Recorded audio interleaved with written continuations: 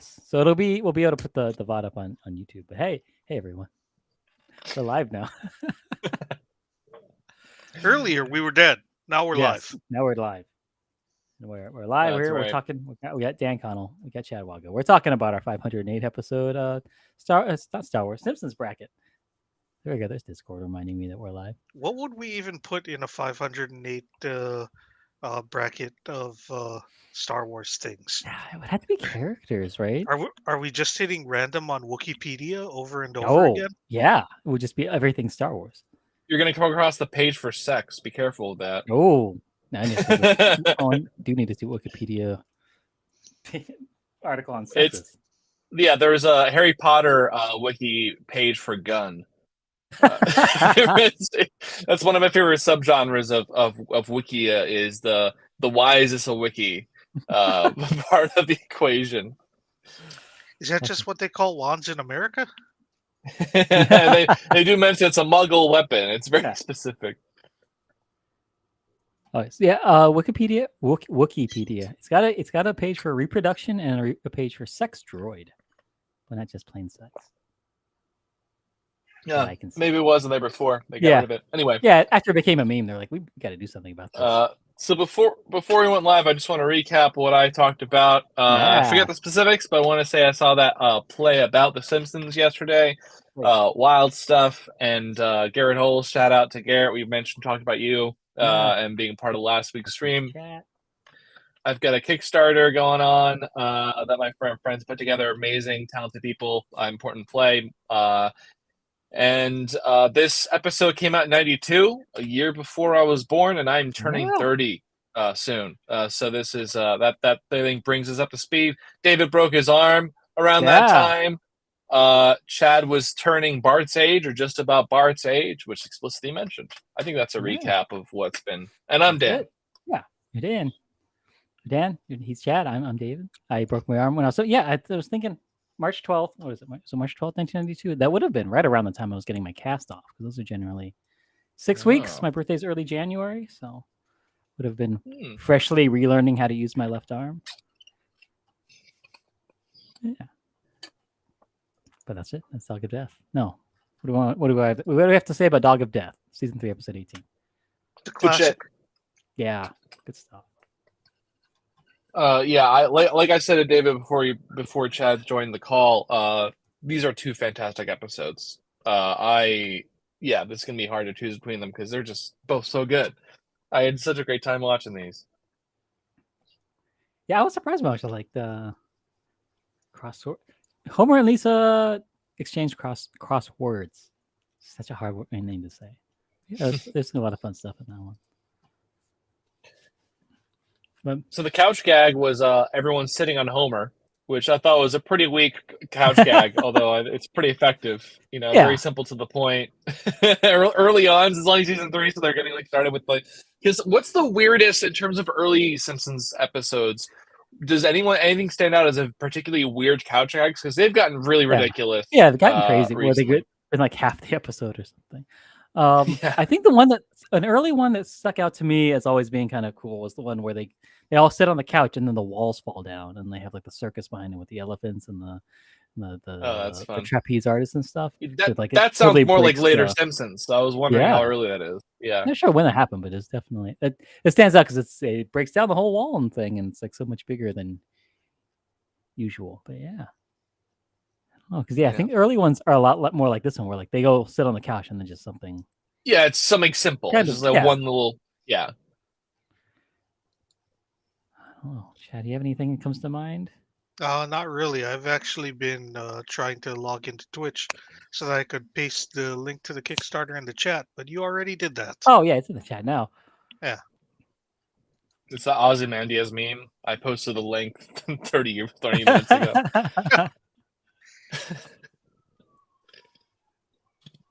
And the lottery. It's a bunch of lottery jokes. Even the lottery short stories mentioned, which I took. I tracked my chuckle tally, and by chuckle it means that I either chuckled in my head, or I smiled, or I very seldom but chuckled out loud. And I marked down Wow. every single joke that really got me good. I expected this to be like 5, maybe 10 jokes long, but this is like 20 jokes that got me. Oh yeah, Mhm. yeah. It's hot. What are some of the gems in there? Okay, Okay, here I'll just do Yeah. the funniest ones that are funny to repeat. Is when the lottery is being run, Mhm. and the cops are watching, and the phone rings, and Wiggums picks it up, goes, this is wrong number. This is 912. And then another one that really got me was when Bart said, like, darn it, and then Bart said, Bart, watch your language. Oh, you did. Oh, I'm sorry. Carving the turkey joke. The Kent Brockman's iron knuckles that said Kent. Lisa saying "dough" that got me. Yeah, I'm not used to other characters saying "dough," and that was especially Lisa. That got me good. Gonna have to start keeping track of that because That'd anytime you get actually be a good meter to run every episode too. yeah, Yeah. Joe meter. I forget why she said "dough" this episode. Because they had to cut back on her encyclopedias. Oh right, Copernicus. Right, Copernicus Yeah. was that's right. Yes, which got me good. Yeah. I like that she was reading a quote third-rate biography of Copernicus. Yeah. She found it at the bus stop. I do wonder what kind of stuff goes in like a crappy version of a Copernicus biography. I know little about him. Probably whatever I could write, AI written or whatever. There was one, just everything was just so like, I was really amazed by how coherent this episode was, because a lot of the times, like again, like it is two colliding storylines of a lottery and a dog being sick / running away, right? Which are two different concepts, but like it was so rounded out. Like there were no really loose ends to it. It was all it all came back together in a really satisfying way. So like just the family having to face all of the budget cuts they agreed to, which sounded like jokes, and then you actually see them play out. Ham night is Really spam night. Pork chop night That's is right. Which speaking of night? spam night, yeah. You haven't put up the Hawaii card, because I'm bringing out Hawaii check, and I think that's a Hawaii reference is spam. I think that's an honorary stop saying Hawaii reference, because those who all know spam is a delicacy here. That's true. A bastardized delicacy, but one nonetheless. Important. It's an important part of island life. And what is not a part of island life is lottery. We don't have a lottery. No, so I was always wondering about you two in terms of watching media that has lotteries, and sort of what's your take on that? Have you played the lottery before? Where have you played the lottery? Yeah, because my family lives in Virginia. So like whenever I go back, I'll usually do like a scratcher, or every once in a while. Powerball. Yeah, I bought maybe 3 Powerball tickets in my life and never even watched the to see if I won, but I assume that I didn't. Whenever I never checked. Whoops. Whenever the lottery goes over a certain amount, one of my friends that lives in California will text me and say, "Hey, you want to go in on this?" And I will Venmo her some money. Yeah. And she'll buy a bunch of lotto tickets and then take pictures of everything, so we all have proof that they were purchased, and we always lose. Yeah, it's just most people lose every time they play the lottery. Yeah, and anytime that I'm on the mainland, anywhere except for Vegas, I always try and get scratchers. Yeah. So what I do when I get scratchers, and it used to drive my wife crazy, but now she's on board now. They're fun. Yeah, no, she likes doing the scratchers, but what I do is I'll scratch off like all of the parts where it shows the prizes that you could possibly be winning.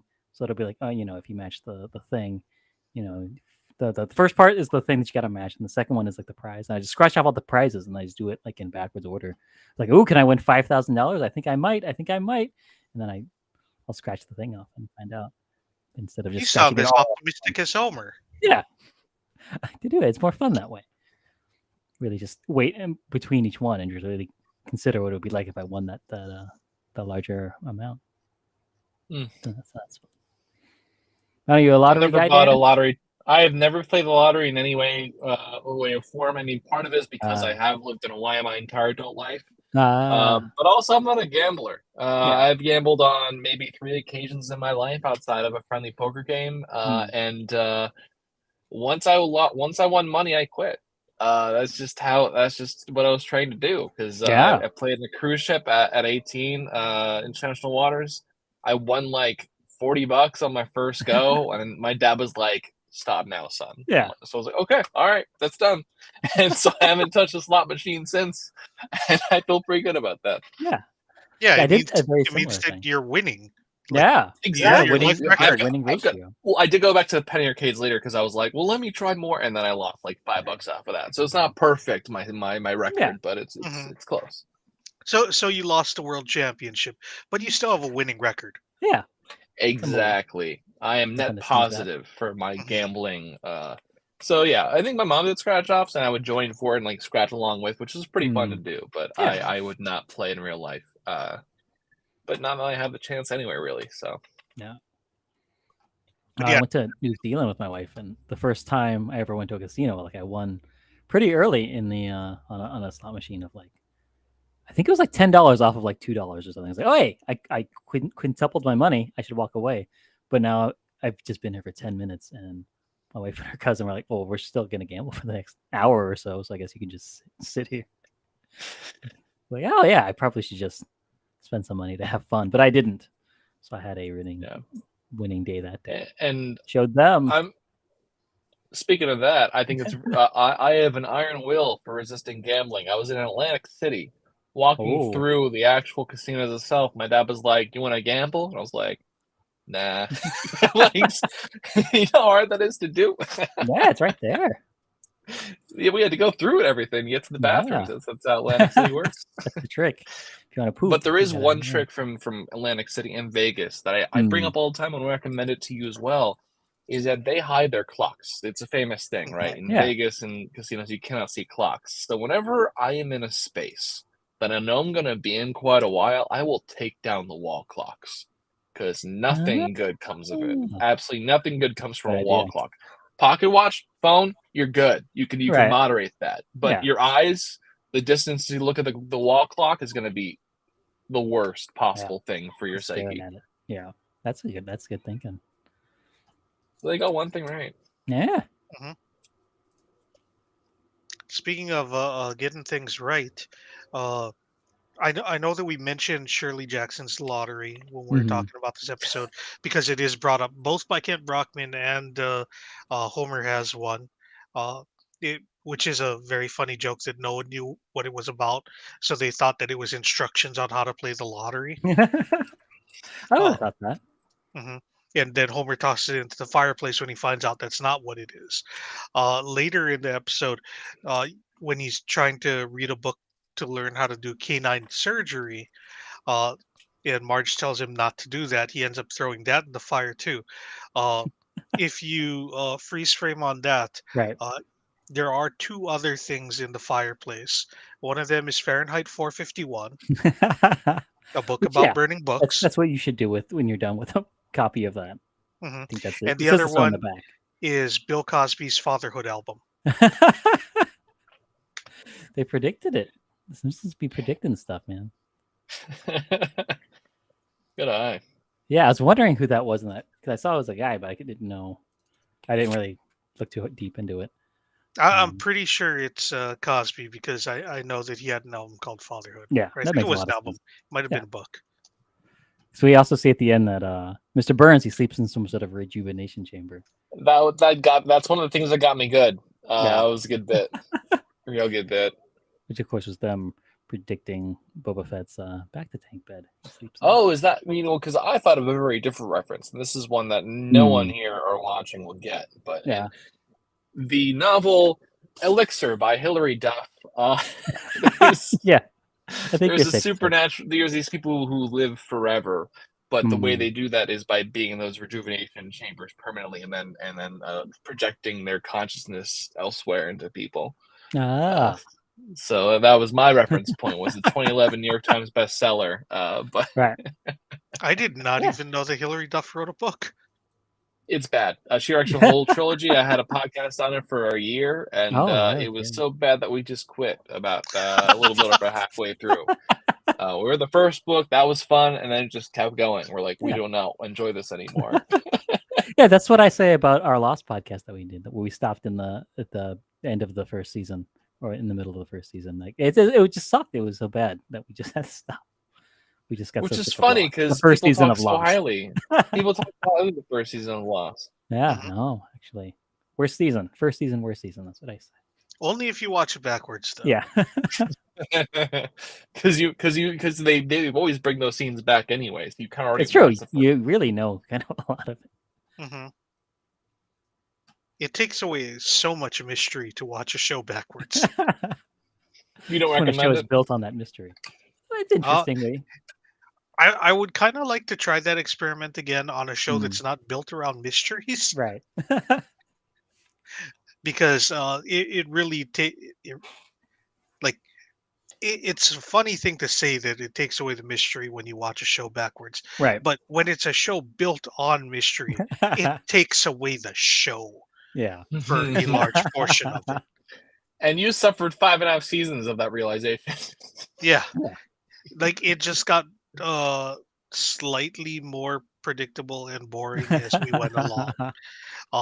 It never got to the point where the show felt bad to me. Right. But it got to the point where watching it felt like much more of a chore. Yeah.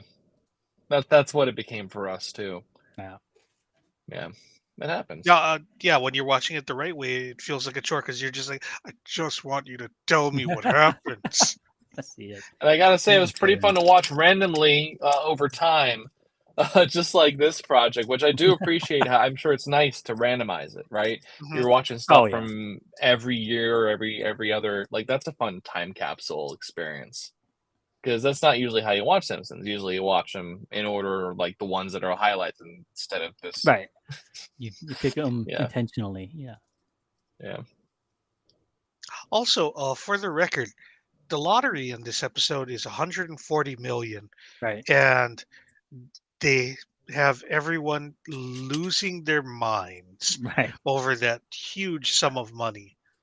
And that is really only comparable to when the lottery in real life broke $1 billion for the first time. Right.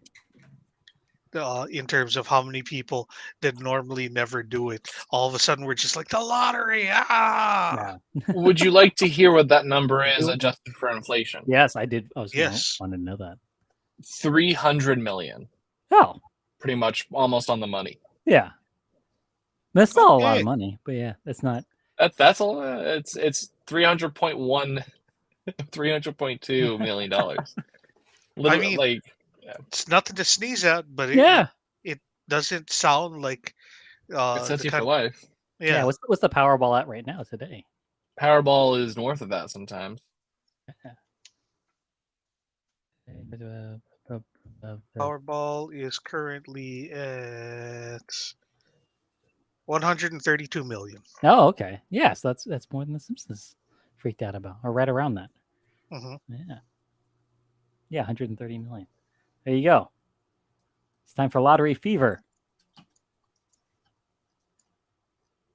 Wow, in 21 years, only slightly more than doubles. Huh. Which is still a lot for 30 years. Yeah, 31 years. I mean, like, there's a lot of other things I remember from 1992 that are that have well more than doubled in price. That's true. Well, Hawaii inflation is different than U.S. inflation. Oh, that's a good point. I believe this is the newest intel that I have from the geniuses at UH. Take that what you will.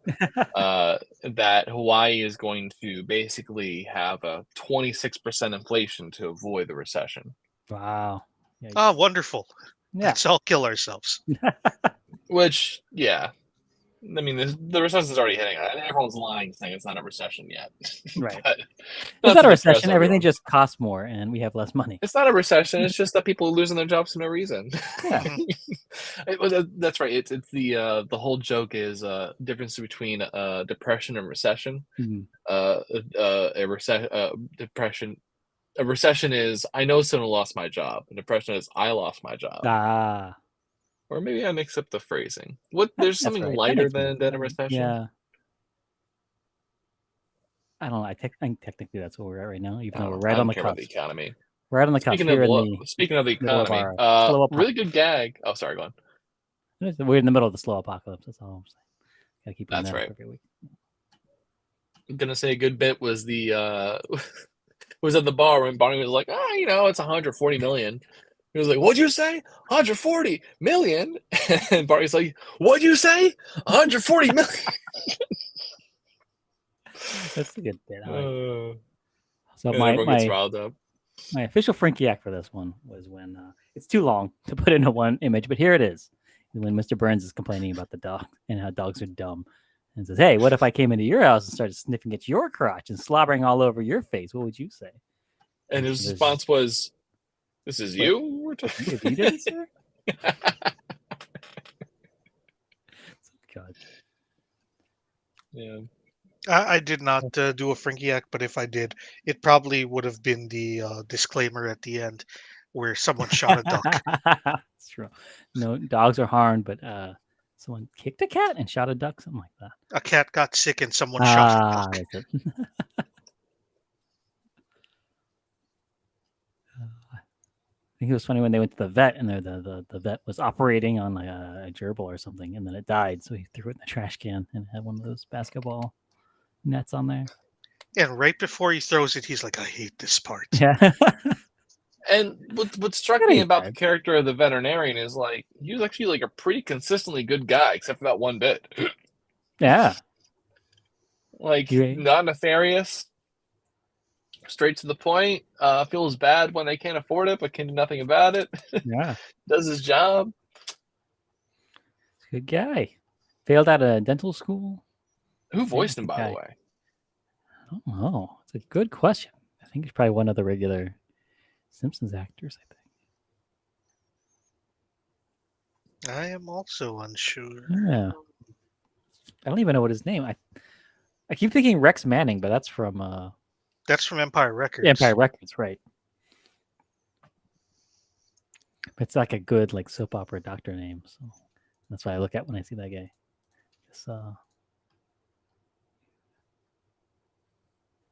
Also, we are coming up on Rex Manning Day. Oh. April 8th. Oh, snap. Yeah, that's next week or close to it. 2 weeks. Not this upcoming weekend, the weekend after. Wow. So we're also coming up on Cats Day. I need to get everyone's freaking availability for Cats so that we can go see Cats together. Oh, yes. From Catsmas from 2 years ago. Well, I was looking at that. Also, another thing that was funny was Grandpa sees that the dog's sick because the dog's dead and they don't believe him. And he's like, because he's wagging his tail and he's like, that doesn't mean anything. Dogs wag their tail for hours after they die. And he gets sick of the conversation and goes home. Which I guess is this before he's in a retirement castle? I'm on the it's Hank Azaria, by the way, who voices that makes sense. The veterinarian. And I'm on the Simpsons fandom, which I gotta say, fantastic website. I highly recommend it. And there is a tab for appearances and all the characters that appear in this episode. And Bill Cosby picture. Oh, there you go. Michael Jackson mentioned. Adolf Hitler mentioned. Richard Nixon mentioned. So they're technically part of this episode. Ooh. Yeah, I think that's one of Hitler's biggest claims to fame is being mentioned in one episode of The Simpsons. That's right. Yeah, you're doing have you seen a bit of Norm Macdonald saying like, pretending to discover who Hitler is on a podcast? Like, who is this Adolf Hitler? He's dead. Oh, I didn't know he was sick. He's actually in a number of episodes. Oh, that makes sense. Like if you click on Hitler in the Simpsons wiki. Yeah. Hitler's got a long shadow. That guy. It has his actual birth and death date included. With status deceased. Hair color black. Nah. Oh wow, many episodes. Yeah.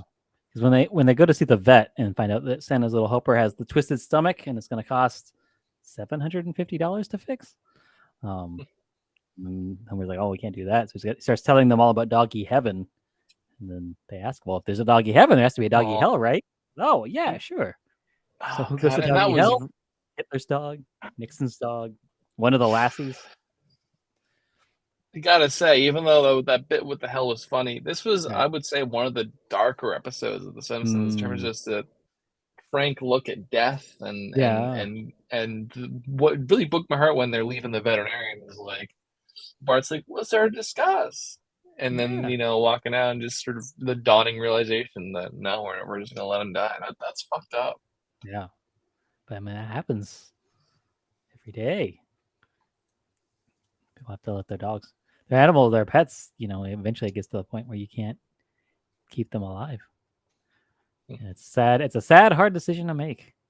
So interesting we get to see that in this episode, even though we end up being able to make it the dog gets his operation, but then everyone turns on him because they have to give up all the stuff so that they can before the operation, including the lottery ticket that would have won $40,000. Yeah, that's pretty good. That would have been like almost $80,000 there, probably in today's money. It's pretty good. Yeah. And Bart gets a dumb haircut. That was funny. It was too early of a version of the pimple faced teen. Some other guy with the same voice who acts the same. Right. Yeah. And here's a good gag: is Maggie's clothes they're just gonna let Maggie grow out of her clothes. And I don't know if you saw the replacement. There was one shot of her in the bed when everyone was like telling everyone to close the gate, and you see her, and she's like a Crown Royale. Oh yeah, that's right. Which I thought was a very nice touch. I don't know if anyone's ever made a Crown Royale with cheese, where you put like cheese whiz in the shot glass and then pour 100%. There's no question about that. Has to be a thing, right? There's no doubt. People do that every weekend somewhere. I'm sure that they do it, but that sounds awful. Yeah. And another few good gags I've written down for this part of the episode is when they're putting up the lost dog signs and they cover up, have you seen my boy? And it was Skinner. Yeah. Have you seen my body? That was the Bart the Murderer episode. This is a callback. Oh, I thought it was a lost Skinner. I didn't realize it was a reference to a previous episode. That's clever. Yeah. When Bart thinks that the mafia killed Principal Skinner, and then but they didn't kill him. He was just stuck in his garage under a bunch of newspapers. Yeah, it was fun. They usually don't get that kind of continuity between episodes. That was cool to see. Yeah, that was very funny that Homer put them all up on that one wall, one fence, and it's around the building that gets immediately demolished right after. It's very fun. Then the dog runs away because no one can be bothered to shut the gate. Well, that and because they all said mean things to him. That's true. So they didn't want to because they shut the gate really deep in their hearts. They didn't want to. But yeah, he goes on a little adventure. He fights a bear, saves somebody from a burning building. That was very funny when his little black dot on the map, right, the dog, and then it's a little red dot of a cat and chases it up a tree. It's very funny. I don't know if you guys caught right before he got picked up, but the road he gets picked up on, you only see it for a second, but it's the Michael Jackson Expressway, I think. Oh, that's the reference then. Yeah. Which, by the way, was that the Peter and the Wolf? That was the Peter and the Wolf. The music that was playing during that part of the episode. I believe. That's right. I'm pretty sure that's Peter and the Wolf. That sounds right. Yeah, which I would love that use of it, and great little the Incredible Journey reference there. Yeah. Yeah, speaking of our friend Garrett Holes from last week, he did his whole podcast about talking animals. That's right. Homeward Bound, The Incredible Journey, which is such a great name for a movie, in that it seemed like that would be part of a series, but it's not. It probably is now. But at the time it wasn't. It was just like a weirdly long name for a movie that doesn't tell you anything really about it. But man, I used to watch that so many. We had that on VHS. And one more gag that got me this episode was Barney helping out. I was like, "I lost my dog too. I don't know where he is." And then he panned to his room. That's just a depression pile of clothes, which I felt very deeply. And you just hear a distant howl underneath, muffled howl. Yeah. That really made it. It was a great tag on that. That was great. Yeah. Oh, and then Kent Brockman, he's the one who wins the lottery, but he and he leaves. But he comes back to his news reading job, and Homer's watching him on the TV, and he's like, "Oh man, this guy's got all the money, but you know what? He can't buy everything." And Marge's like, "Really? What can't he buy?" He's like, "A dinosaur." That's very funny. Another thing I wanted to bring up was the fact that the schools, they're supposed to get half of the money that the lottery makes.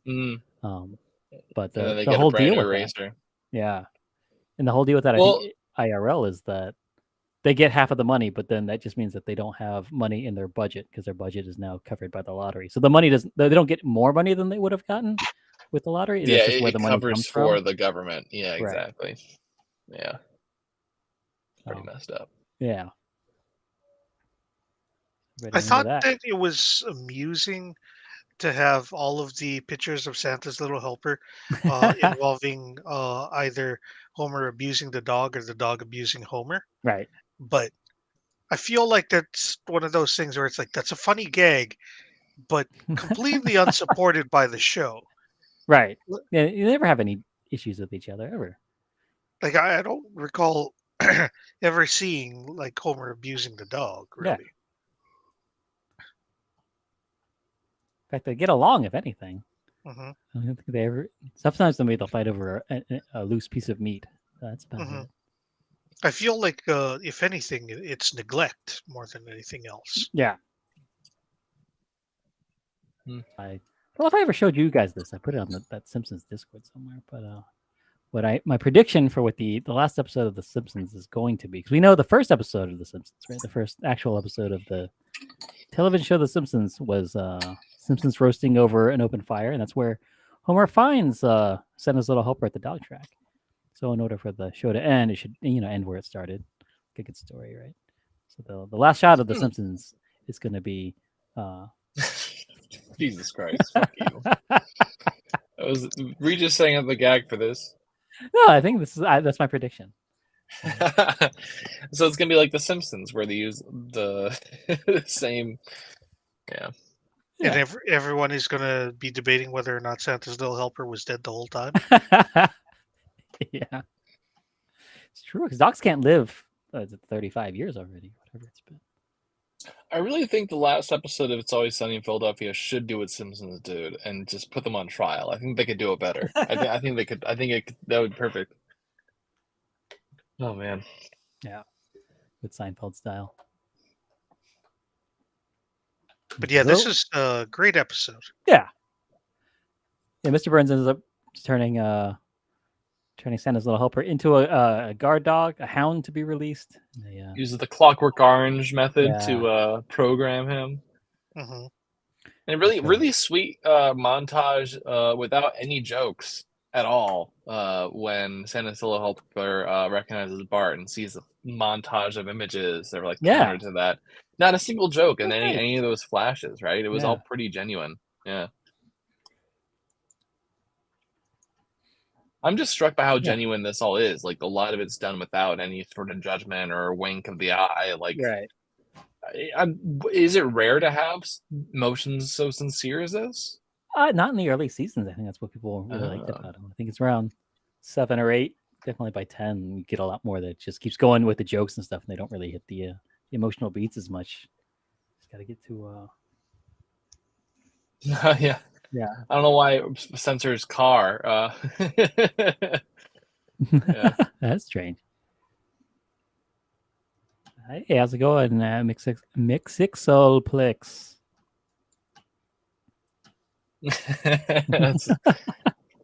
Yeah, we're talking. I didn't put the caption on. Right now, we're talking Dog of Death. So we're talking Dog of Death versus Homer and Lisa exchange crosswords from our long thing here. 508 episodes. 508 weeks, right? Yeah, 508 weeks. So we've got all 508 episodes from the first 23 seasons of The Simpsons. Put them in a bracket. Once a week, we're going to talk about one matchup. 13 weeks in, so I only have 490 something, 95 weeks, something like that. So it's close to 10 years. We're getting there. Yeah, we're glad to be here. Glad to have you. Why does it censor card? That's such a weird. I don't word to know. censor. Yeah, I don't know. Got some weird automod stuff. I can't find the rules to, or the Got to figure that out. I'm bad at Twitch. You guys need to fix all the stuff. Doesn't Jeff Bezos own Twitch indirectly? Yeah, it's owned by Amazon. Yeah.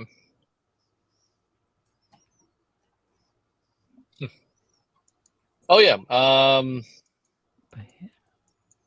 Something else, but I forget what it was. I'm out of it. That's pretty much all I wanted to mention. No, we're done with this episode. Yeah. One last thing that I wanted to mention. When Homer was fantasizing about what he would do with the money. King Homer? Oh yeah. When he's like, I would become gigantic and gold. And it's like, what? I like the line, take a hike, boss.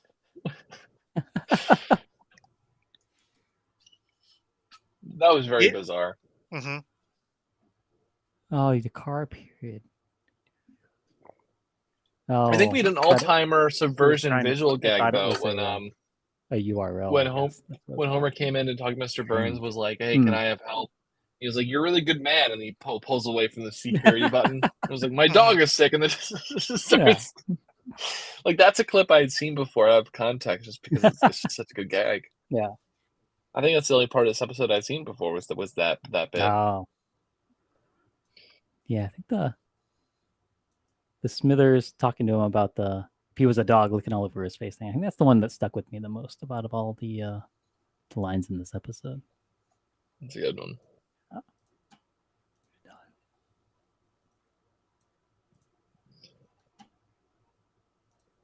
Yeah, I got nothing else to say about this episode. Yeah. Oh, yeah, the race car bed one. That was when Milhouse's dad is talking to Homer. Who he just got a divorce? Yeah. He was showing off his. What episode was that? I know the meme so well, but I can't remember all the other stuff that happens in that particular episode. I only know that from the meme because I don't remember the rest of it. But it is a really good one because it's like I sleep in a bed with my wife. Yeah, I sleep in a regular bed with my wife. What episode was that? No.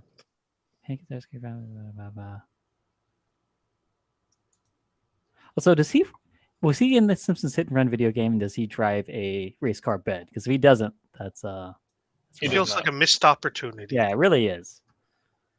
We should write to those people that made that game 20 years ago. Who knows? Maybe they're working on a sequel that they can fix it in. Yeah, that was the season 4 episode, man. They broke up very early. Duffless. Season 4, episode 16. Huh. Yeah. I did not realize that was so early. Yeah, would not have guessed that. I'm always surprised about that, and then how late Maud Flanders dies. She doesn't die until like season 10. That seems like something that happens early. So, are we transitioning into talking about the next episode? We are. I need to put that up on the thing here. Homer and Lisa exchange crosswords. Yeah, you got it right the first time this time. Yeah. If I do it slowly and I'm looking right at it, I can do it. It's funny that you just started doing the Venn diagram thing to have what's similar about the two episodes, because the first scene that you see Homer in this episode, he's walking Santa's Little Helper. Yeah, that's on my little Venn diagram for this, which I'll bring up in one moment. Season 20, episode 6, and he calls him not a dumb dog. What's he call him? wrote it down. Calls him a lousy dog, whereas in Dog of Death, Bart calls him a dumb dog. So yeah, Santa's little helper, man, he doesn't get treated very well. He gets a raw deal all the time. You always feel bad for him. You never feel good for him. It's true. The couch gag for this was Pompeii, which I thought was pretty damn morbid, especially compared to the previous couch gag, just seeing the Simpsons family die, which, it's happened a lot in couch gags, right? I imagine that I always picture their skeletons half the time or being burned or something, but I think Pompeii was pretty gnarly. Also, as people that live in Hawaii, we are extra sensitive to volcano humor. Thanks for the follow. Yeah, hey, thanks for following. Thanks, man. Appreciate that. Yeah. Also, yeah, hey, we got to stop saying Hawaii. I like that how often it has to come up. Yeah, I guess I did look up for Hawaii references, and there were none. So that's fun. Oh, thanks. You're pretty cool. Yes, you are. The plot of this was a lemonade stand to commercial license to crosswords. Meanwhile, Homer is doing double duty, where Homer has two plots.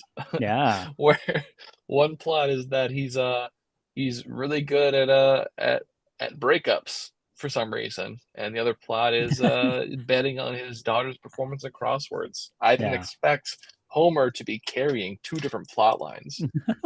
Not carrying one of them, but yeah, and yeah, he's doing double duty. Yeah, he definitely is. His whole thing with the breakup for hire thing, and then he makes money from that, but then he's got to use that money to bet on the on Lisa's doing competitive crossword puzzles. 2 episodes about raising money through dubious means. There's stuff that you normally see in the back of newspapers. I feel like lottery winning numbers and crossword puzzles. It's pretty good. I have a lot more gags written for this one than the previous one, either because I was paying better attention, or I think in this episode just might have been funnier. There was just a lot of gags in this one. Yeah. A lot of good gags too, like the beginning with putting the dollar in the tip jar, which I do in my bartending job. And Bart says, "What are we, a piano bar?" And then everyone shows up immediately. Yeah, it works. No one wants to be the first one. Yeah, it works. Feels weird. It does feel weird. I like the I don't know where the whole breakup plot came from. I saw it happened so quickly, but it was fantastic. Loved it. And also the one other favorite gag that I have written down here is when they break down the lemonade stand booth with these old-timey sort of Prohibition era officials. And then they take an old-timey photo of it, like, "Oh man, I'm thirsty." Oh man. Yeah, Lisa's reaction is great. Yeah. Yeah. They ask, you have any lemonade juice? Not anymore. And he storms inside. And then we had some gay representation where Homer's college roommate, I think, was or first roommate. And Homer says, "The gay guy," and he's like, "That's not all I am." And then they continue from there. It was a funny little thing. Duffman is gay. Yeah. I did not know I didn't know that about Duffman. Or bi, at least. Yeah. It's funny when Lisa, she's in her bedroom and she's doing the crossword puzzles all over the place, and Bart comes in, and every word he says, she turns into a crossword puzzle clue. And he even mentions his name, Bart. She goes, "Bart, the San Francisco people mover." And he looks right into the camera. Transition. And the best transition I've seen so far. With you want to say the line? Speaking of San Francisco people mover, when it comes to the gay bar, the hardcore gay bar, as Homer describes it. That's right. That Homer said it'll be at till 3 a.m. Yeah. And Hank Azaria is basically him playing himself in the birdcage, right? Yeah, I think it's the same character. I bet it's got this at the same name. I hope he does. It's not the same name. Oh, okay. Speaking of names, Lisa decides, hey, she's going to disown Homer after he bets against her, and changes her name to Bouvier. But we'll get to that. That was really funny when she's teaching Marge about the history of her name and Jackie Kennedy. Yeah. So her last name was like SpaghettiOs. That's where the money came from. Right.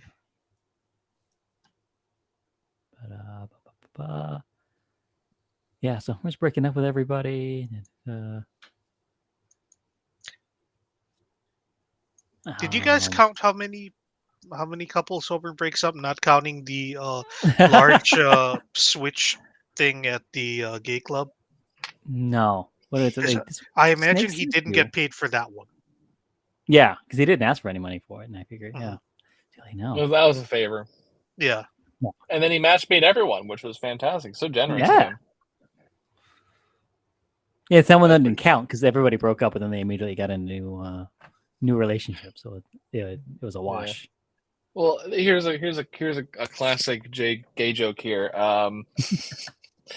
It was oh yeah, here it is. What does a lesbian bring to a second date? A U-Haul. Yeah, right. What does a gay guy bring to a second date? What second date? I really like how the episode really, I would say accurately and non-judgmentally judged gay queer relationships as pretty, for the most part, short-lived and temperamental, or not temperamental, but temporary, I guess I should say. Yeah. And how easy it is to get dates just like that. Yeah, I think the stereotyping that goes on in The Simpsons sometimes can get pretty gnarly, but this is pretty good. I think worked well in this one. But, yes, Lisa. Oh yeah, she's at the school, right? And she's turned all of the hopscotch things on the ground into more crossword puzzles. She's obsessed with crossword puzzles. And Superintendent Chalmers finds out, so he gives her the flyer to the crossword puzzle competition. Well, first he gives her a flyer to the Bald Men's basketball league the tournament or something, which seems kind of gay. I feel like if you wanted to meet some guys, that's where you do it. It sounds like it could be the setup to a gay joke, but doesn't necessarily have to be. Yeah. Mixixaplex. Is that a comic book thing, Chad? You're a comic book expert. I feel like it is a reference, right? My opinion on Hank Azaria not doing Apu's voice anymore. I'm surprised it went on for as long as it did. I think it was very overdue, the recasting of that. As fun as Apu is, some long-term effects on some of my Indian friends. That's for damn sure. Right. Yeah. It's really hard to listen to it nowadays. It was so weird. I'm very glad that going forward they're trying to find voice actors who embody like the minorities that they're going to be doing voice acting for. Personally, I didn't super care that much about Hank doing Apu's voice, but I figure with the new characters, it's very important that we do things like that. Try and give more minority voice actors a chance at being able to get on more programs. But I honestly haven't heard what he sounds like now, so it's true. And Hank is still making like millions of dollars per episode, so it's not like he's really losing a job. It's one less thing for him to do, but he still gets paid the same. So it's actually it works out better for him. Yeah, actually, No, it did freak me out when I did watch a recent episode of The Simpsons and noticed that Dr. Hibbert's voice was different, and that's when I looked it up. And they don't. The rule is now that all of the actors are, people are being played by the race of the character now. But good question. Who did it originally? It sounds like if I had a guess, and I have been bad at guessing of these so far, but I would say it's a Dan Castellaneta. No, can't be. Let me see. No, I'm on it. Can I change my guess? Like Harry Shearer. Yeah. Harry Shearer. It's got the depth of a Harry Shearer. I've got Harry Shearer was on a guy. I am very sure that we've had this exact conversation previously. Learned by now. Not about changing the voices and everything, but specifically about Hibbert.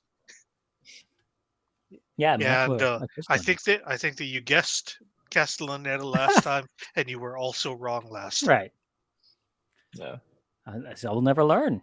I refuse to learn. He voices Ned Flanders? Oh, I had no idea. And Seymour Skinner. Wow. I can hear it in Skinner. It's pretty clear in Skinner, but it doesn't. You don't hear it in Flanders. I don't know. Well, and Ken Brockman, of course. Yeah. Mhm. Herman, God. Yeah. To go back to the Mr. Burns play that you just saw last night. Dan, in the third act, when they're doing all the musical stuff, and Troy McClure comes out and he goes, "I'm Troy McClure, and you may know me." And that's just part of his. That's only. There are a lot of jokes that I've only heard from that play and not the show yet. So that was quite fun to discover that. That was a fun joke out of context. Yeah, it's got to be because it's been play. It's been around for a little bit, so I bet. I wonder if there's one on YouTube. Maybe I can do that. The 12 Days of Mr. Burns for my musicals this Christmas time. I'll look it up. I'm sure that there's got to be some sort of Simpsons-based media that you can watch different versions of. Yeah, it's got to be. Oh yeah, there's a Guilford High School Theater Arts. And then the New York premiere at the Playwrights Horizon. Oh yeah, there's enough. There's got to be enough. We can do 12 days of this. Hell yeah. So now that you'll get to see it one way or another, Chad, and everyone else will too. The crossword puzzle stuff. Yeah, she goes to the crossword puzzle thing, and then Homer gets haunted by the ghosts of the people that he broke up and their unborn babies and their furniture and the furniture they would have bought. That'd be funny. And then they go to the competition. And he finds out that all of the dads are having a secret bar betting on the crossword puzzles players. All right. So the reason why I had asked you guys about whether or not you had counted how many clients Homer's breakup business had was because I counted 6 times he got paid out. Right. From betting on or against Lisa in the very final payout. So, if let's say conservatively, Homer started with like $500, he ended the episode with 32,000. Well, he kept betting Because it certainly looked like he was just letting it ride every single time. Yeah. You wonder what the odds were on. Because I mean, Lisa was one of the only children in the competition. There's a lot of adults. There was Ilsa, and then Gil. Dr. Hibbert, I think. I doubt that the bartender was actually trying to book odds on it. It was probably just win or lose. Oh, right, probably. But then we have to figure out. Then you can do the math off of that. $500 to the. How does that grow into 32,000 exponentially? You're probably not that many. You probably do it in a day. When did this episode come out? Oh yeah, that's right. We didn't check out the date on this one. This was originally released November 16th, 2008. Yeah, so that's pretty recent. I was alive for that, that's for sure. That was during the last recession. Yeah, it's true. It was right at the beginning of that last recession. Yeah, this was exactly 10 years before I got married. November 16th, 2018 is my wedding anniversary. So yeah. Who would have thought? Sitting there watching this episode of The Simpsons on that Sunday, that I'd be married to exactly 10 years later. I wasn't watching this episode. This is the first time I ever watched it. It was this week. Yeah, I had also never seen this before. Yeah. 2008 was not a great time to be watching The Simpsons. I don't know. This is an okay episode. This would have been fine. I would have sat down and watched it. This is better than any other season 20 episode we've watched. Yeah, I think so. Yeah, I had quite a lot. I think it might have been better than all the season 17 episodes we watched too. Probably. To pull up the old ranking dealio. One of my favorite Lisa quotes, by the way, for this episode is she's like, one part of me says, you don't deserve this. And the other part of me says, I agree. Also, it was funny when he decided, he finds out that, Lisa's she's gonna lose. She kind of chokes at the end of things like this. So he goes, he's gonna bet against his own little 8-year-old daughter. And he tells the bartender that. And I think he did nothing wrong. Honestly, I think that in general, you should bet against your interest because other way you'll be happy. Yeah, I mean, I think eventually I would understand it, but I don't know, man. I don't know. It would hurt my relationship with somebody if I knew that they were betting against me. It's something that I was really trying to do well at. Yeah. In the local film Every Day in Kamuki, which was at the film fest last year, there's a bit of conflict that stems from someone betting that the protagonist will not move from Hawaii. So yeah, you are right about that. Mm-hmm. I think that the fact that she said I always lose in the end is what would make it feel personal. Right. That's true. The context matters here. But I'm saying in general, betting against your kid, I'm not totally against it.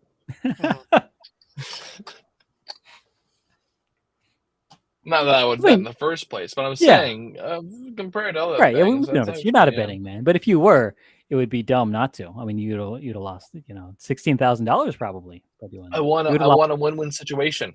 I either want to win for my kid or win for me, and use the winnings to treat them. That's the mentality I have.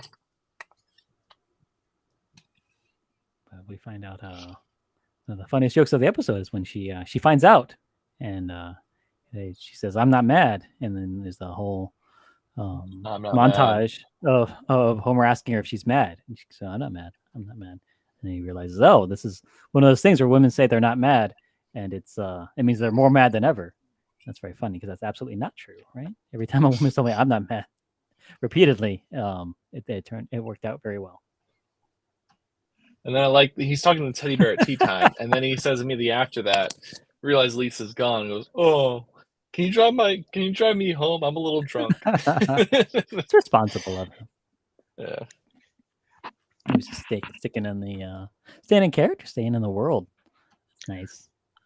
Personally, I actually found that bit to be my least favorite bit on the episode, because one of the things that we go back to a lot with the later episodes is that we get into that sort of Family Guy joke thing, where it's just repeating the one thing over and over and over, right? And that's what it felt like to me. Yeah. I feel like it can be traced back to the Upright Citizens Brigade and their style of improv, and how that so many people came from there and became comedy writers in this time period. And when you're playing the game of the scene and you're beating the shit out of the game of the scene, if you do it not great, you end up just doing the same joke over and over again, and it just doesn't actually get any better. And I thought it wasn't necessarily the same joke over and over again, as much as it was just really hammering home how lasting that damage is, and that it's not just a momentary upsetness. I think there is a wonderful emotional weight to the use of repetition here. That's not just for a cheapo joke. Right.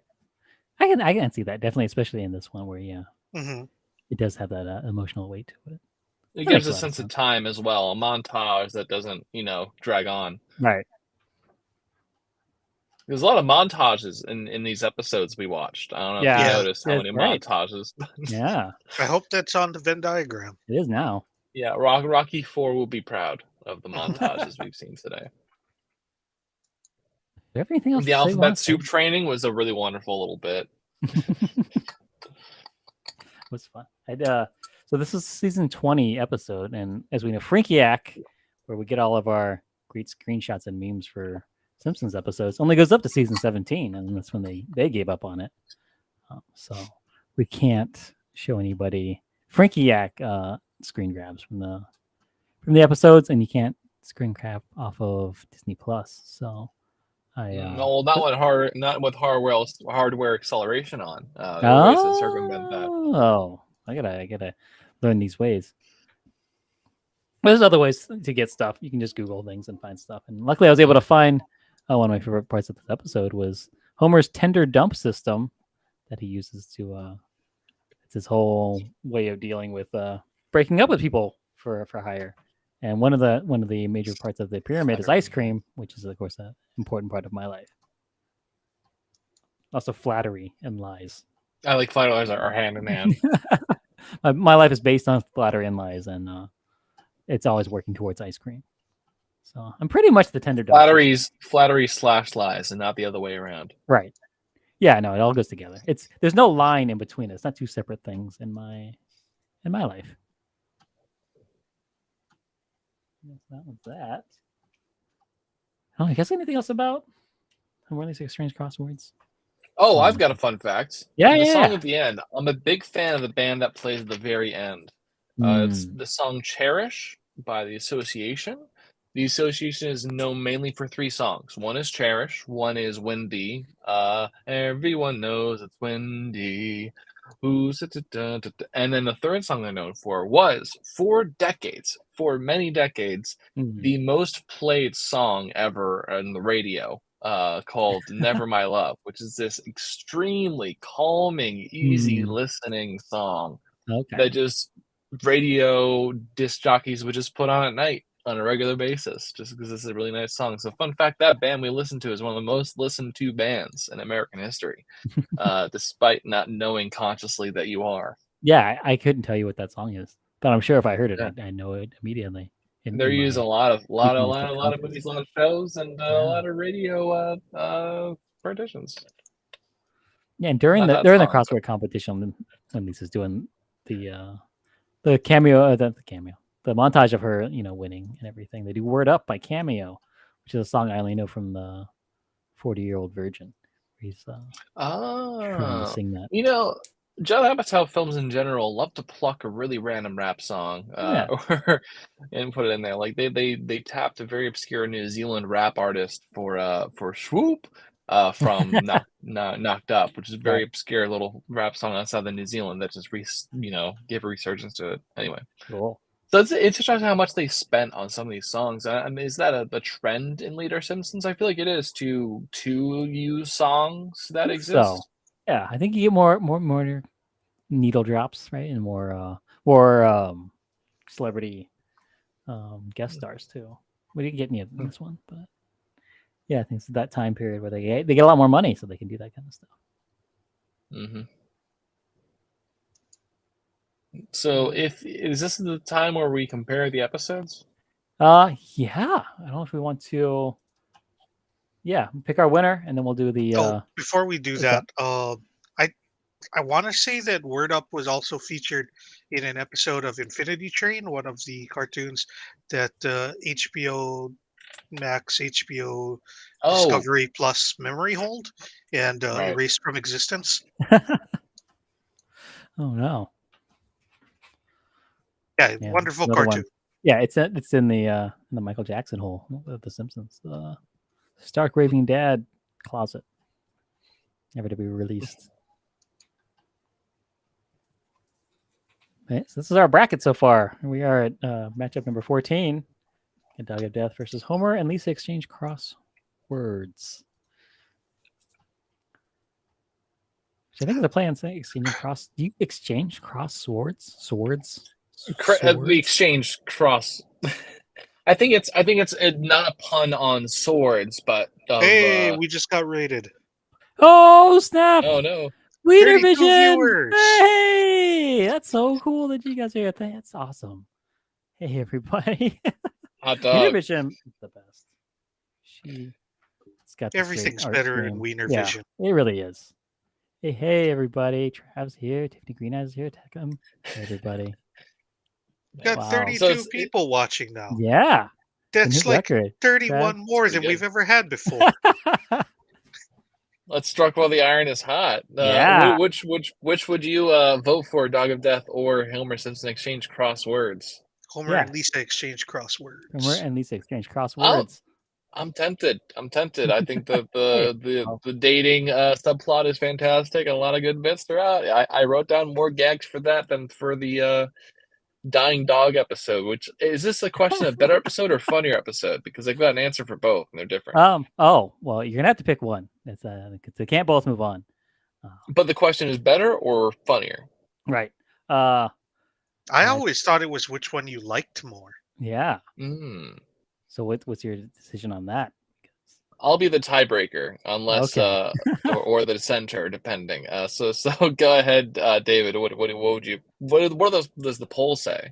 Is there the poll on that Simpsons Discord? It's it's 5-2. Dog of Death is the winner on by the people. I feel like that's because it's an early season. Yeah. Where do you place it, David? We are discussing a couple of episodes of The Simpsons, Dog of Death versus Homer and Lisa Exchange Crosswords, as part of our 512 space bracket. Can you zoom out of the bracket, David, to show everyone how many episodes we have put in here? Yeah, so the first 23 seasons of The Simpsons has 508 episodes. This is basically our 9 to 10 year long project. Yeah. We are 12 weeks in, I think. Yeah, this is week 13. Yeah. But we have it's a pretty tough seed, I think. 508 episodes because we wanted to cut off at the end of season 23 rather than have a couple of episodes from season 24. Yeah, because I think 512 would be the next number up. Yeah. For like a good proper bracket. So I figure 508 and gave the first 4 the highest ranked, the highest seeded episodes got a bye. So on that first round, I'm gonna vote for Dog of Death. Yeah. I'm gonna vote for Dog of Death. I thought about it. I think it's a much more cohesive, solid episode. Yeah, you were saying that the heartfelt moments. Yeah, because I didn't write as many funny things down. I didn't have as fun of a time watching it, but it's one that I'm gonna think about. The other one was kind of just gonna wash over me, whereas the other one is like I'm gonna think about that. Thanks, Trav. Yeah. What do you say, David? Yeah, Dog of Death is definitely more of a. You're the tiebreaker. Congratulations. Yeah. I think we're going to Dog of Death moving on against Homer the Smithers. Sorry to outvote you there, Chad. Hope you're okay with that. Yeah. I was just going to vote for whatever the opposite of what David wanted, because this was one where I felt both episodes were worthy of moving on. Yeah. Yeah, this is literally, of the later era episodes that we've watched, my favorite. Hey, Deckham, thanks for the follow. Yay, that's good. Follow. That's good to hear. What's been the toughest matchup so far? This one. Yeah, nice. This one, and then I think maybe the first one too was pretty good. Yeah, what was the first one you did? Lisa the Greek versus Marge Gets a Job. Both pretty early season episodes. I like that Lisa Substitute earned a bye week. Oh yeah, it's the number 1 seeded episode. Yeah. Oh wow, that's the episode of The Simpsons ever, according to me and one other guy, I think, who did the seeding. Huh. Yeah. Where does this one land? So that's the real question, right? So this is wow, is that big of a gap? Number 160. I think it's there's so many. There's so many, and there's only 2 people that rank these. So yeah, I'm thinking because it's later season, it's not given as much of a cromulent, excellent vocabulary there. Well, yes. I really do think that there is a bias towards early seasons, just in general, regardless of the actual quality, just by reputation, and not also only nostalgia. That, but David hasn't watched all 508 first episodes of The Simpsons. It's true. So there's a lot of later season ones where he graded based solely on the title. Oh yeah, and what I think it was about. So this one probably went a little bit lower just because David struggles with reading this title. It's true. Homer and Lisa exchange crosswords. The pun isn't as obvious with that one, but I do appreciate the joke there. Yeah. Using cross, a synonym of cross to add a double meaning, I think is pretty. Because I myself honestly am frustrated with the episodes that are very niche references to cultural things, right? Like Cape Fear. Like I don't think that's a good name for an episode. Mocking Cape Fear. The joke is that there's an extra e at the end. That's really not good enough for me. Versus something like something that's more of a cultural thing, like God of Death. That's pretty good. And then also using a synonym for crosswords and cross words, like I think that's pretty clever. And doesn't require any prior knowledge of media from contemporary sources in the 90s or 2000s to catch up to speed. Yeah, but it's definitely that golden age of The Simpsons was definitely in that Conan O'Brien era. You're right. Mm-hmm. Well, also, by the way, I definitely wanted to shout out Will for using the word cromulent. I know that Dan shouted him out already for using it because it's a great vocabulary word, but it's a word that was basically invented by The Simpsons. It was. It literally was. We all use it. It was? Yeah. Cromulent and embiggen are 2 Simpsons words. Oh, Speaking of, we didn't talk about the in memoriam segment of the episode where they did in memoriam of all the words they don't have anymore. And I think my favorite, the one that got the most claps, was hootenanny. Oh yeah, because hootenanny is a wonderful word. I like skedaddle's in there. The skedaddle is still actively used, I think, jokingly perhaps, but Nixonian, I feel like it's used. Nixonian, I think that got pretty retired. Yeah, I don't think I have heard the word hootenanny since 2008. Oh, yeah, it was retired. It's officially retired. Yeah. So and my family is a big fan of Will Shortz and Merrill Regal, so I was very impressed with their appearances. But this was at the time where there was a big resurgence of crossword love. There was a documentary about crosswords that came out around that time. I forgot the name of it, but Will Shortz was like a major part of it. Right. And so I think like just the mid-late 2000s were really hot on Will Shortz for whatever reason it was. Yeah, but for real, I do think that Kafkaesque has actually been replaced by Lynchian. I do think that's accurate and totally true. Kafka has got a resurgence because of Breaking Bad. Breaking Bad put that back into the hemisphere, and it's used by my peers because they know Breaking Bad so well, and it explains Kafka pretty damn well. Lynchian is used, but Kafkaesque is. I mean, do you know how many Kafka memes I've seen from Gen Z? They are really on top of Metamorphosis. Let me tell you, the whole roach in the bed is such a evergreen meme for all generations. That is wonderful to hear. I have more hope for the future than I've had in a long time. Yeah. Oh no, they fucking love the cockroach memes. It is all over. Hey, Sean. Hey. Man. Yeah. Yeah, but some of the other words that were removed from the dictionary, according to this episode, were skedaddle, Nixonian, zounds. Zounds. It's pretty. I only hear that in the ABC game of improv. That's true. It's the only time it ever gets used. Mimeograph. Yeah. That's another one. What are you looking at here? People only use that word when they are making fun of old-timey words. So we've been also ranking every episode as we see it. So all 24 episodes we've seen so far are on this list, and we have to figure out where to stick the rest of them. I've only hear people say mimeograph when they're making fun of old-timey stuff. I've never seen a mimeograph. I don't actually know whether or not any of these words were removed from the dictionary. I'm pretty sure they weren't. It's a joke they don't use anymore. But mimeograph is a word that I don't think I've ever, not to my memory, heard or used. Yeah. Not in an internet age. Well, no need a mimeograph anything. Oh, that's like explaining a floppy disk to kids nowadays. That's what this is.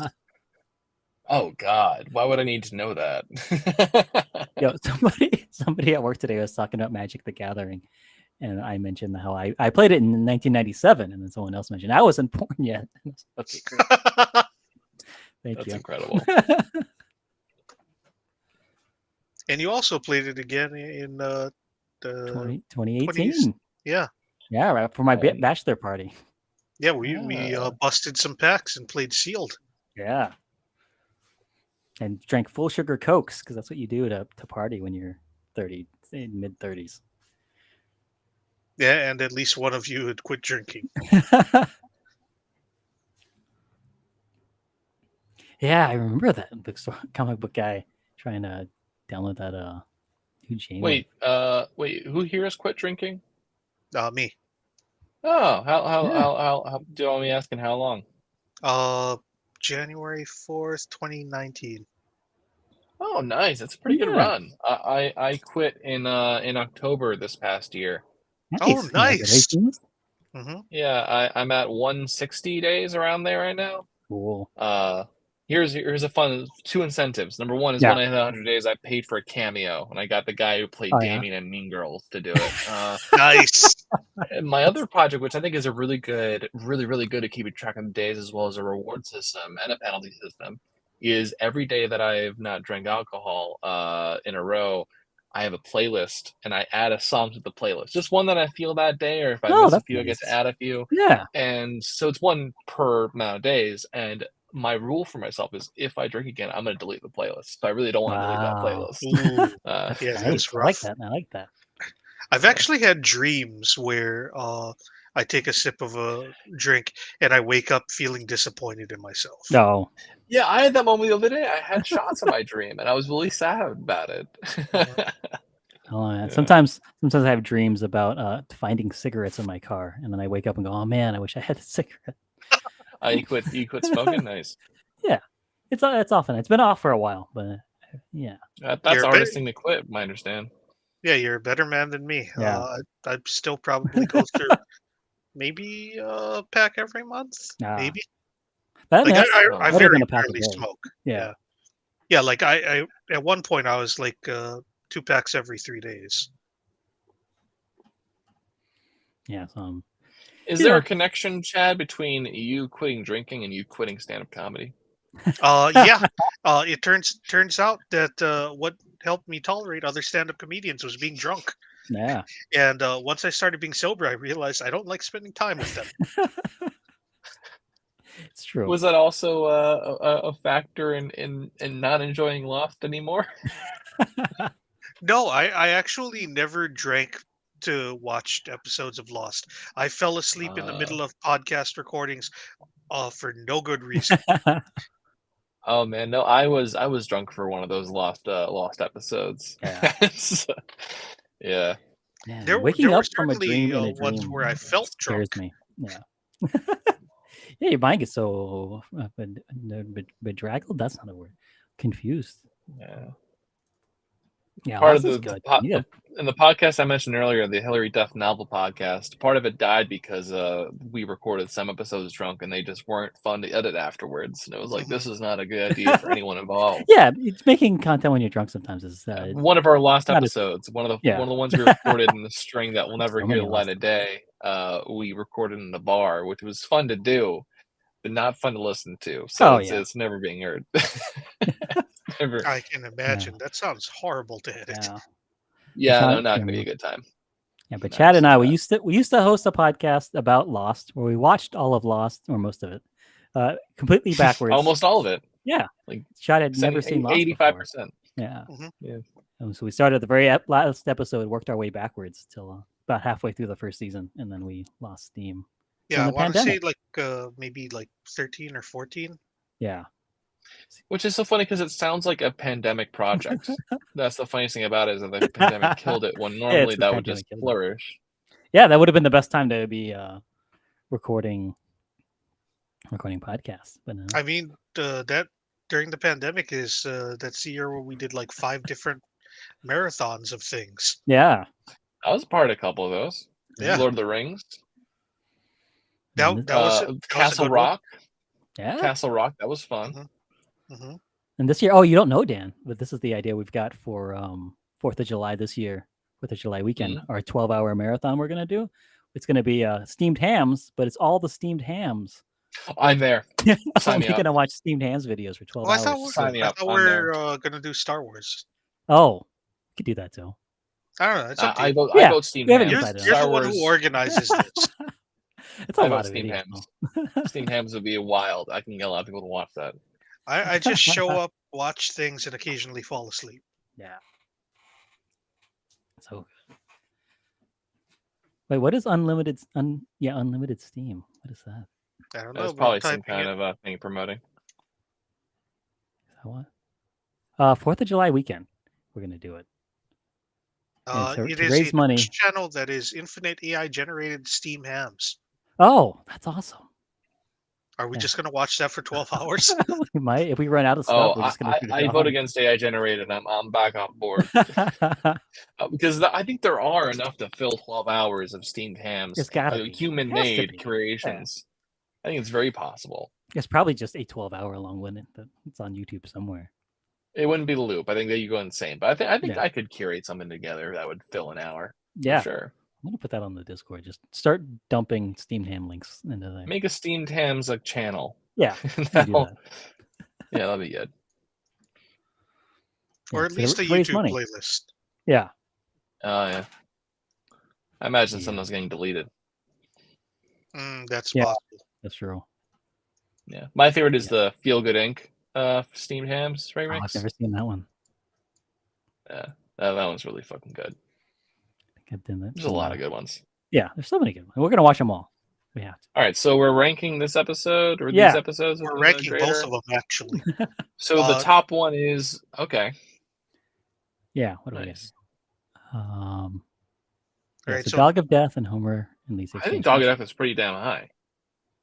Yeah, it's up. Definitely funnier than Fat Man and Little Boy. Let me tell you that much. And Dumb Bell Family. I was there for both of those. Yeah, I rank these way higher. I would say lower than Lisa the Greek. yeah. Black Widower. That's our first. That's the second Sideshow Bob episode, season 3. And the Stark Raving Dad. That's the Michael Jackson Lost episode. It's got to be better than that. Yeah. Is it better than So Black if Widower? that's the case, then is it above or below Black Widower? Yeah. I haven't seen that one. I want to say below. Okay. Yeah. It's still above Stick, right? It's still a top If it 5 was episode. above, it would be a clear winner. Yeah. Let's go with Dog of Death. There. Season Fifth 3. best episode of The Simpsons. So And I far. feel like the crosswords one is like, I would say, on par with Bible stories or a little bit higher. Yeah, I'm thinking a little higher. Somewhere in this range here between Lord of the Dance and Hungry Henry Yeah. and Homer. Somewhere in there. I would say between Bart Starr and Homer the Smithers. I'm not sure whether it's above or below Two Bad Neighbors. Because Two Bad Neighbors is so iconic. No, the Smithers. Yeah, let's just stick it right in between. Why not? It's the Oh, Right outside of the beating, top. beating last week's winner. yeah. It's, Homer and Exchange, Cross. Cross, space, Words. words. Season 20. Highest this season, a double-digit season has gotten so far. Nice. Okay. So we got that done. One last bit before we say goodnight. No. There's both the there's the Venn diagram and there's Yes. the part where you show the graphic for next week. Oh, hope I made that. I did. Okay, cool. So let's pull up the Venn diagram. Made on Canva, which I of course learned from the Wiener Vision channel. It knows all the great free resources to make stuff. And Canva is just a great way to do things like make a Venn diagram. So yeah, week 13, Dog of Death versus Lisa and Homer exchange crosswords. So far, I got the loss of innocence. Lisa explicitly says she lost her innocence in the crosswords episode, and Santa's little helper. He gets yeah, Canva does fuck. And hey, Thanks for the Will, follow. Thank you for the follow. Yeah, Canva rules. I've been using it over GIMP for a lot of things now, just because it's so much easier. Mm. And I can't use Photoshop anymore because my wife needs both copies of her Photoshop for her school stuff. So I have to find other ways to do things. Yeah, and then yeah, new money and then the montages. That's what I got on this one. People, Kent Brockman making all that money, and then Homer making all that money betting against his daughter and buying new shoelaces and getting his 3 hairs highlighted. Didn't mention how funny that was. That was very funny.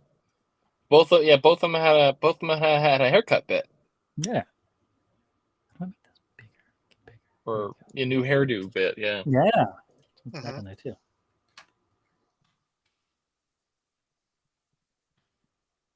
Anything else for the New hair. No, Homer You actually heard it, does say lousy dog in Dog of Death. Oh, snap. Yeah, he says, I know you can't understand me, lousy but dog. you're a lousy dog and I hate you. And that's what Homer gets no respect.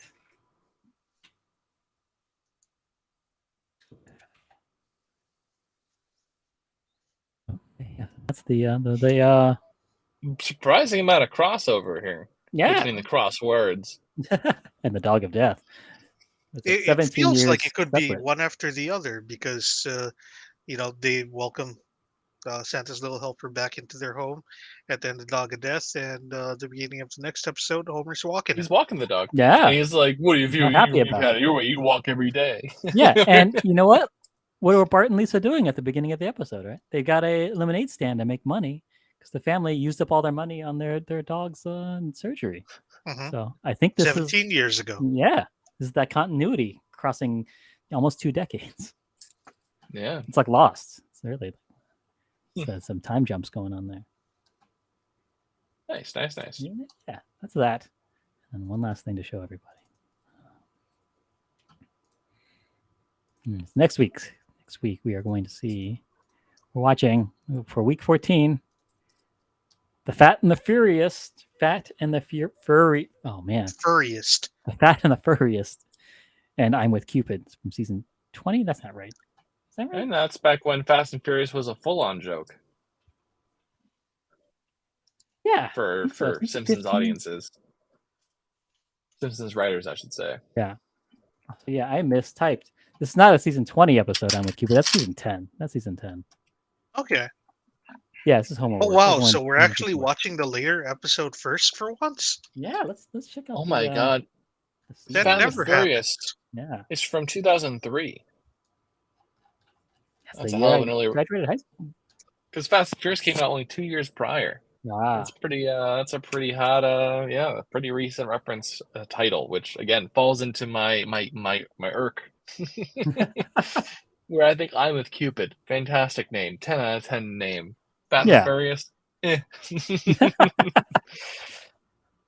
but Fat and the Furious was seated number 225, and 288 was I'm with Cupid. I've told you guys how I watched Fast and the Furious recently with the director's commentary, and the director keeps calling. Was it a machete cut? No, it was just the first one. Even though I got him that first 8 on Blu-ray. Did they talk about how they want to call it Race Wars and then realize they couldn't? No, but I'm not surprised by that because the director keeps calling all of those Japanese import cars rice rockets repeatedly over and over again throughout the the commentary. So that's but you know that's what people called those cars back then. I remember that. And later the series would ascend to even greater heights under an Asian director. Yeah. That's right. And then who would then quit? Yeah. Yeah, it's a multi-billion-dollar industry now. But when the first film mentions race wars on a regular basis without a hint of irony or anyone mentioning it, you know it's not necessarily handled with tact. And I mean the big feud is racial. Yeah. Although Vin Diesel is half black. Mm-hmm. Yeah, but the bad guys were all the Asians. Oh yeah, you're true. Yeah. Yeah. Crazy. But yeah, I mean, I think that's what people called them back then. I mean, I think even like the Asian people that they had they got the cars from, where that was just the term. We used it a lot back then. Yeah. What are you gonna do? Are you experiencing a lot of South Park level Asian racism with Simpsons? No, the Simpsons doesn't do the East Asian racism so much. It's the Apu that gets. We'll see that a lot next week. That's an Apu episode. Yeah, Family Guy and South Park really hammered home to AAPI humor. But with the Simpsons really was more focused on the South Asians. So we'll get to experience that next week. What else we want to do to everyone wants to see John Wick 4 is my plug. Oh, yeah. John Wick 4 rocks. Oh, crap. I forgot. We post an action film. We actually have people. Yeah, I want to see that. I want to see Creed 3. Creed 3 is pretty Scream 6. Dude, Mystery Men for real is one of my... Mystery Men deserves a reevaluation for sure. I love that movie. You know that's attached to a Smash Mouth song? Oh, All-Star. The song All-Star. We think Shrek, but really... It was made for Mystery Men to use their filmography for their music video. I don't think it needs to be reevaluated. I think everyone was just wrong about it. Well, that's what reevaluation is. There's going to be people that are going to hold on to their wrongness. No, that's true. It's just like Galaxy Quest overruled completely. Yeah. Galaxy Quest. You guys know the David Mamet, right? The claimed the playwright. He said there's like only 3 perfectly written screenplays or something, and one of them is Galaxy Quest. I forget what's the quote, but something like that. It's definitely out there. Yeah, Let me look that up. If only Tim Allen wasn't starring in it, we could have had an even better movie. Yeah, Galaxy Quest is great though. The Godfather, A Place in the Sun, Dodsworth, and Galaxy Quest. Yeah. So good. Nice. But, right. The other thing you had to plug, Dan, I forgot. You had to tell everybody. Oh, Go to yeah. the Kickstarter and give some money to it. I'm going to play. Friends are putting it together. It's really personal for them, really out of pocket. Only need a few $100 more, and it's we're a comedic show about disability, and isn't a guilty sort of sad, trauma porn sort of way, but quite sincere, and basically monologue play with a bunch of actors playing different people's. Oh, it's actually at $50 short of your goal right now. Wow, we can go over the goal tonight. Yeah, we can do that right now. I might just do that. That'd be excellent. You will get a shout out, which I probably will have to film. But yeah. Nice. Okay. You got anything else you want to say to the internet before we say goodnight to everybody? Thanks so much for all the rating.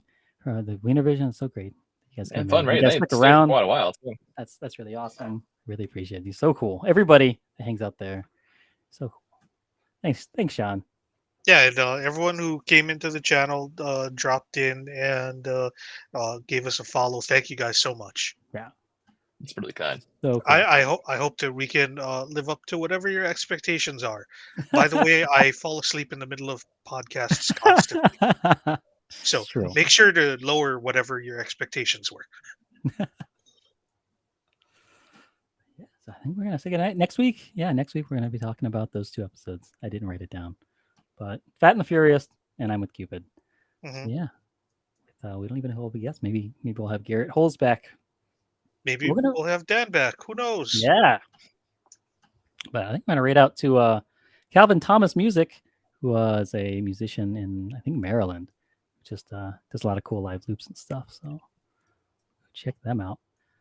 But yeah, good to see you, everybody. Good to see you, Chad and Dan. So great. It was a great night. Really happy about this. So yeah, we'll see you all next time. Bye-bye.